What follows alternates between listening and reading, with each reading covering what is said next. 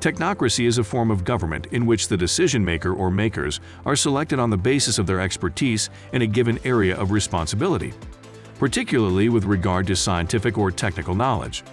This system explicitly contrasts with representative democracy, the notion that elected representatives should be the primary decision-makers in government, though it does not necessarily imply eliminating elected representatives. Decision-makers are selected on the basis of specialized knowledge and performance, rather than political affiliations, parliamentary skills, or popularity. The term technocracy was originally used to signify the application of the scientific method to solving social problems. In its most extreme form, technocracy is an entire government running as a technical or engineering problem and is mostly hypothetical. In more practical use, technocracy is any portion of a bureaucracy that is run by technologists. A government in which elected officials appoint experts and professionals to administer individual government functions and recommend legislation can be considered technocratic. Some uses of the word refer to a form of meritocracy, where the ablest are in charge, ostensibly, without the influence of special interest groups. Critics have suggested that a technocratic divide challenges more participatory models of democracy, describing these divides as efficacy gaps that persist between governing bodies employing technocratic principles and members of the general public aiming to contribute to government decision-making. The term technocracy is derived from the Greek words techon meaning skill and kratos meaning power, as in governance or rule. William Henry Smythe, a California engineer, is usually credited with inventing the word technocracy in 1919 to describe the rule of the people made effective through the agency of their servants, the scientists and engineers, although the word had been used before on several occasions. Smythe used the term technocracy in his 1919 article, Technocracy Ways and Means to Gain Industrial Democracy, in the journal Industrial Management 57. Smythe's usage referred to industrial democracy, a movement to integrate workers into decision-making through existing firms or revolution. In the 1930s, through the influence of Howard Scott and the technocracy movement he founded, the term technocracy came to mean government by technical decision-making, using an energy metric of value. Scott proposed that money be replaced by energy certificates denominated in units, such as ergs or joules, equivalent in total amount to an appropriate national net energy budget, and then distributed equally among the North American population, according to resource availability. There is in common usage found the derivative term technocrat. The word technocrat can refer to someone exercising governmental authority because of their knowledge, or a member of a powerful technical elite, or someone who advocates the supremacy of technical experts. McDonnell and Valbruzzi define a prime minister or minister as a technocrat if at the time of his or her appointment to government, he or she has never held public office under the banner of a political party, is not a formal member of any party, and is said to possess recognized non-party political expertise which is directly relevant to the role occupied in government. In Russia, the President of Russia has often nominated ministers based on technical expertise from outside political circles, and these have been referred to as technocrats. Before the term technocracy was coined, technocratic or quasi-technocratic ideas involving governance by technical experts were promoted by various individuals, most notably early socialist theorists such as Henry de Saint-Simon. This was expressed by the belief in state ownership over the economy, with the function of the state being transformed from one of pure philosophical rule over men into a scientific administration of things and a direction of processes of production under scientific management. According to Daniel Bell, Saint-Simon's vision of industrial society, a vision of pure technocracy, was a system of planning and rational order in which society would specify its needs and organize the factors of production to achieve them. Citing the ideas of Saint-Simon, Bell comes to the conclusion that the administration of things by rational judgment is the hallmark of technocracy. Alexander Bogdanov, a Russian scientist and social theorist, also anticipated a conception of technocratic process. Both Bogdanov's fiction and his political writings, which were highly influential, suggest that he expected a coming revolution against capitalism to lead to a technocratic society. From 1913 until 1922, Bogdanov immersed himself in the writing of a lengthy philosophical treatise of original ideas, technology, universal organization science. Technology anticipated many basic ideas of systems analysis, later explored by cybernetics. In technology, Bogdanov proposed to unify all social, biological, and physical sciences by considering them as systems of relationships and by seeking the organizational principles that underlie all systems. Arguably, the Platonic idea of philosopher kings represents a sort of technocracy in which the state is run by those with specialist knowledge, in this case, knowledge of the good, rather than scientific knowledge. The Platonic claim is that those who best understand goodness should be empowered to lead the state, as they would lead it toward the path of happiness. Whilst knowledge of the good is different from knowledge of science, rulers are here appointed based on a certain grasp of technical skill, rather than democratic mandate. Technocrats are individuals with technical training and occupations who perceive many important societal problems as being solvable with the applied use of technology and related applications. The administrative scientist Gunnar K. A. Ingjausen theorizes that technocrats are primarily driven by their cognitive problem-solution mindsets, and only in part by particular occupational group interests. Their activities and the increasing success of their ideas are thought to be a crucial factor behind the modern spread of technology and the largely ideological concept of the information society. Technocrats may be distinguished from econocrats and bureaucrats, whose problem-solution mindsets differ from those of the technocrats. In 2013, a European Union library briefing on its legislative structure referred to the Commission as a technocratic authority, holding legislative monopoly over the EU lawmaking process.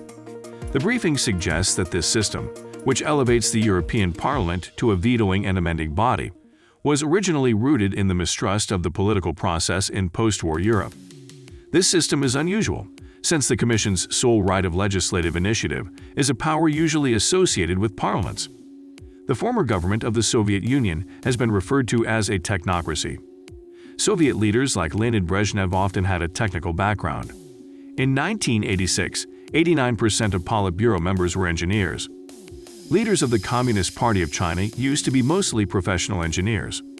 According to surveys of municipal governments of cities with a population of 1 million or more in China, it has been found that over 80% of government personnel had a technical education.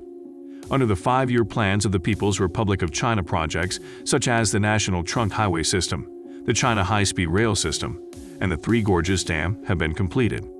However, under Party General Secretary Xi Jinping, engineers have been mostly replaced by political experts, economists, and theorists, with Xi himself being the only one to have an engineering degree in the current Politburo Standing Committee. Several governments in European parliamentary democracies have been labeled technocratic, based on the participation of unelected experts technocrats in prominent positions. Since the 1990s, Italy has had several such governments in Italian, governo tecnico in times of economic or political crisis, including the formation in which economist Mario Monti presided over a cabinet of unelected professionals. The term technocratic has been applied to governments where a cabinet of elected professional politicians is led by an unelected prime minister, such as in the cases of the 2011 to 2012 Greek government led by economist Lucas Papadimos and the Czech Republic's 2009 to 2010 caretaker government presided over by the state's chief statistician, Jan Fischer. In December 2013, in the framework of the national dialogue facilitated by Tunisian National Dialogue Quartet, political parties in Tunisia agreed to install a technocratic government led by Mehdi Jama. In the article Technocrats, Minds Like Machines, it is stated that Singapore is perhaps the best advertisement for technocracy. The political and expert components of the governing system there seem to have merged completely. This was underlined in a 1993 article in Wired by Sandy Sanford, where he describes the information technology system of the island, even at that early date, making it effectively intelligent. Following Samuel Haber, Donald Stabile argues that engineers were faced with a conflict between physical efficiency and cost efficiency in the new corporate capitalist enterprises of the late 19th century United States. The profit-conscious, non-technical managers of firms where the engineers work, because of their perceptions of market demand, often impose limits on the projects that engineers desire to undertake. The prices of all inputs varied with market forces, thereby upsetting the engineer's careful calculations. As a result, the engineer loses control over projects and must continually revise plans. To keep control over projects, the engineer must attempt to exert control over these outside variables and transform them into constant factors. The American economist and sociologist Thorstein Veblen was an early advocate of technocracy and was involved in the Technical Alliance, as were Howard Scott and M. King Hubbert, the latter of whom later developed the theory of peak oil. Veblen believed that technological developments would eventually lead toward a socialistic reorganization of economic affairs. Veblen saw socialism as one intermediate phase in an ongoing evolutionary process in society that would be brought about by the natural decay of the business enterprise system and the rise of the engineers. Daniel Bell sees an affinity between Veblen and the technocracy movement. In 1932, Howard Scott and Marion King Hubbert founded Technocracy Incorporated and proposed that money be replaced by energy certificates. The group argued that apolitical, rational engineers should be vested with authority to guide an economy into a thermodynamically balanced load of production and consumption, thereby doing away with unemployment and debt. The technocracy movement was popular in the U.S. for a brief period in the early 1930s, during the Great Depression. By the mid-1930s, interest in the movement was declining. Some historians have attributed the decline to the rise of Roosevelt's New Deal. Historian William E. Akin rejects this conclusion. Instead, Akin argues that the movement declined in the mid-1930s as a result of the technocrats' failure to devise a viable political theory for achieving change. Akin postulates that many technocrats remained vocal and dissatisfied and often sympathetic to anti-New Deal third-party efforts. Critics have suggested that a technocratic divide exists between a governing body controlled to varying extents by technocrats and members of the general public. Technocratic divides are efficacy gaps that persist between governing bodies employing technocratic principles and members of the general public aiming to contribute to government decision-making. Technocracy privileges the opinions and viewpoints of technical experts, exalting them into a kind of aristocracy, while marginalizing the opinions and viewpoints of the general public.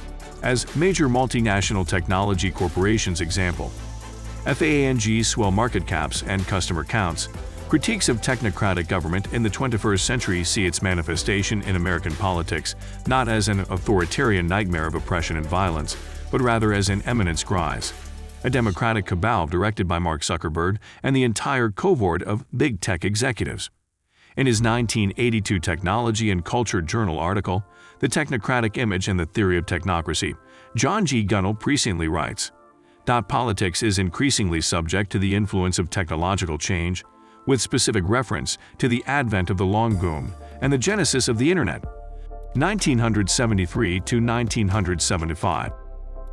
Gunnell goes on to add 3 levels of analysis that delineate technology's political influence. 1.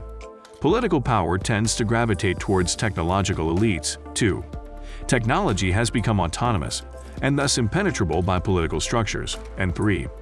Technology and science constitute a new legitimizing ideology, as well as triumphing over tribalism, nationalism, the crusading spirit and religion, bigotry, censorship, racism, persecution, immigration and emigration restrictions, tariffs, and chauvinism."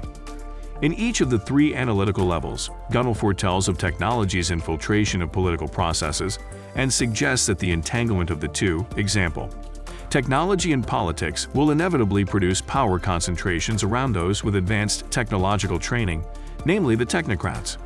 40 years after the publication of Gunnell's writings, technology and government have become, for better or for worse, increasingly intertwined. Facebook in itself can be considered a technocratic microcosm, a technocratic nation-state, with a cyberspatial population that surpasses that of any terrestrial nation. In a broader sense, critics fear that the rise of social media networks, example, Twitter, YouTube, Instagram, Pinterest, coupled with the decline in mainstream engagement, imperil the networked young citizen to inconspicuous coercion and indoctrination by algorithmic mechanisms, and less insidiously, to the persuasion of particular candidates based predominantly on social media engagement.